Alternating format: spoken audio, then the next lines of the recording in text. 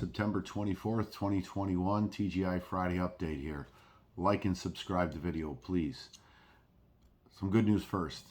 It's expected the contract increase will be on our October 1st check coming up on next Friday. So keep an eye out for that.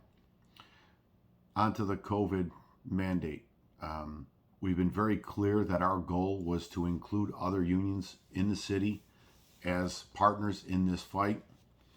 The natural first choice was Local 2. We had a strategy session this afternoon, a Zoom meeting with the 4 principal police unions, and Local 2 was invited to participate in preparation for our negotiation session with the city on Monday morning.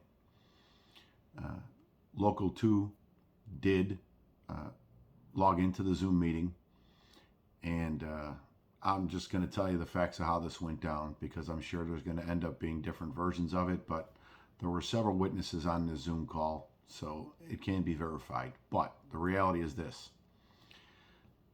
Local 2 President Jim Tracy was on the call, and he was asked to explain to the group what conversations Local 2 has had with the city about the vaccine mandate up until this point.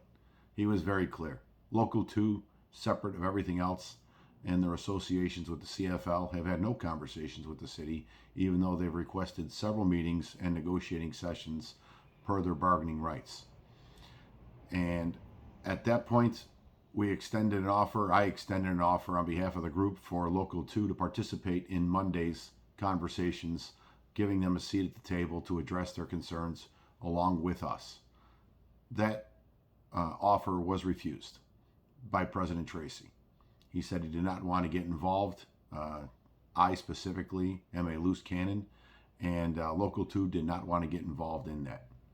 When I explained to him the dynamics, that this was not about John Catanzaro, this is about the FOP, this is about the Sergeants, Lieutenants, and Captains Association as a united front against the city, and to take a stand, he still said he didn't want to be part of it, that he had heard that I had said disparaging things about Local 2 during contract negotiations.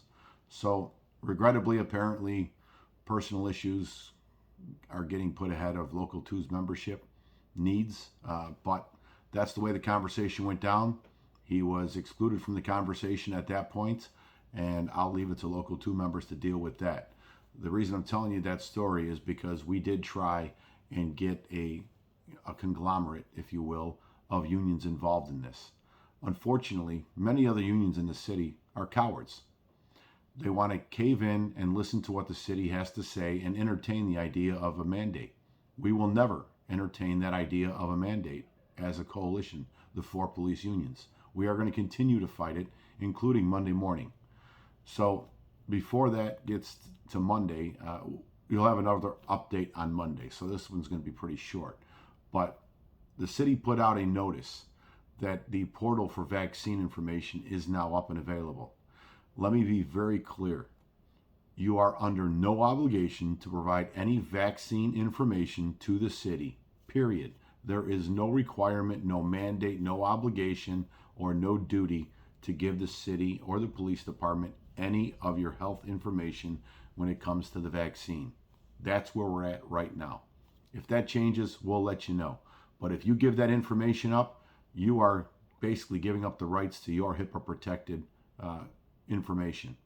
There's nothing we can do once you tell the city what your vaccine status is. So keep that in mind. If you choose to do that, that's on you. Stay tuned for an update come Monday afternoon after we have our city meeting, and I'll let you know what happened on that day. Enjoy the rest of your weekend.